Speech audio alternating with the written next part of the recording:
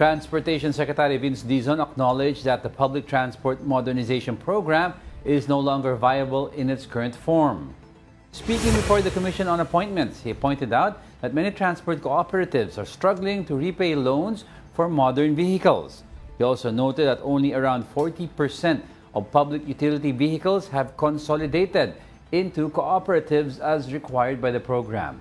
Additionally, less than 20% of local government units have rationalized routes, issues that further hinder the program's progress under its current design.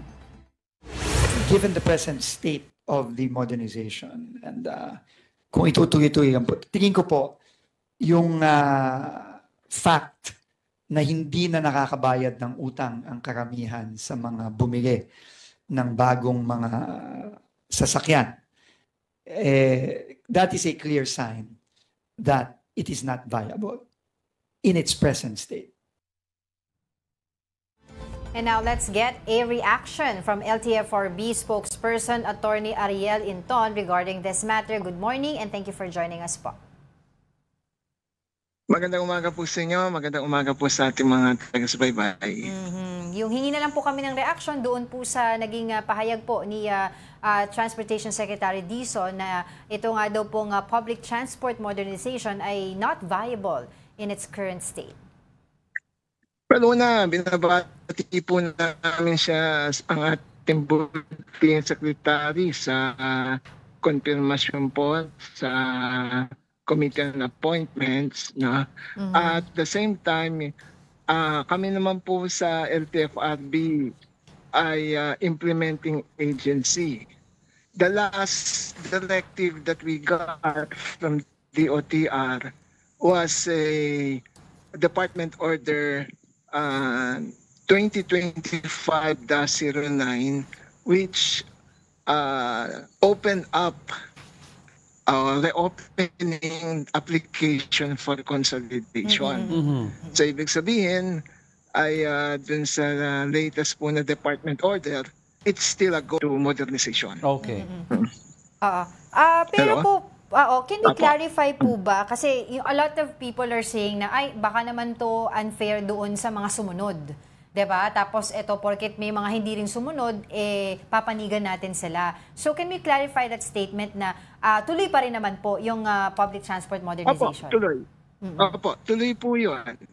Despite the statement of the Goods Secretary dun po sa Kongreso, he made it clear, no, at lumabas naman po sa media na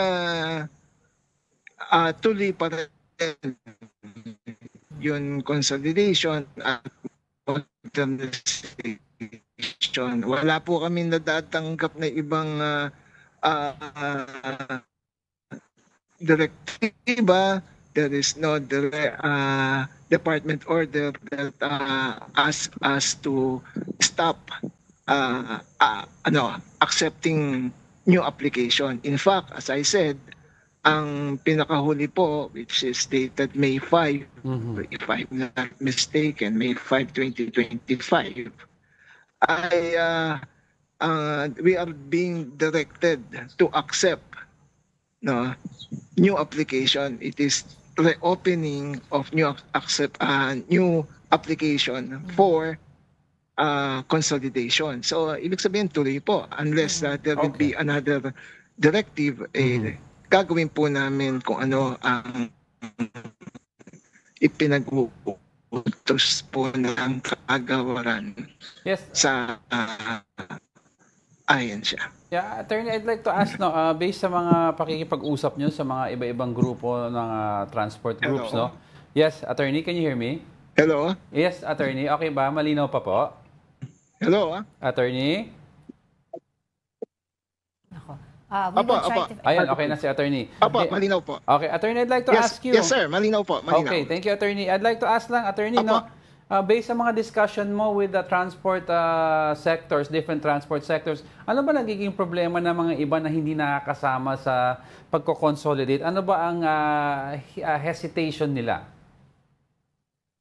Walang hesitation nila is matatransfer po sa isang kooperatiba o kaya korporasyon yung kanilang prangkisa because nasanay po sila na the franchise is in the name of the operator. Isa po yun. Pangalawa, yung kamahalan ng unit. Yan po yung mga hindi pa nagko-consolidate. Ngayon, doon naman po sa consolidated na, yun nga, sinasabi nga po ni Secretary na tira yung mga iba ay hindi makabayad. So, we have to distinguish. May mga kooperatiba, nakakabayad sila at wala silang problema financially dun sa aspetong yon. Meron namang hindi. No? So perhaps titingnan po natin kailangan na what is happening to those na nagkakautang, bakit hindi makabayad at bakit itong iba okay naman. No? Maganda naman yung kanilang takbo ng kanilang kooperatiba. So I think we have to look into that. All right. Well, unfortunately, that's all the time we have. But thank you very much for joining us, LTFRB spokesperson and attorney Ariel Inton.